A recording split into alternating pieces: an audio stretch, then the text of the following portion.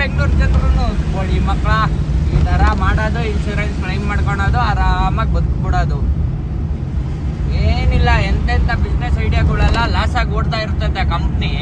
ಕೋಳಿ ಮಕ್ಕಳು ಬೆಂಕಿ ಹಚ್ಬಿಟ್ಟಿರ್ತಾರೆ ನೋಡಿ, ಇಲ್ಲಿ ಗನ ಸ್ಮೆಲ್ಲು.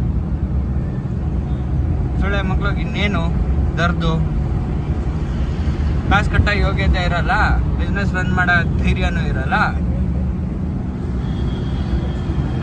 ನೋಡ್ರಿ ಹಿಂಗೆ ಎಲ್ಲ ಪೊಲ್ಯೂಷನು.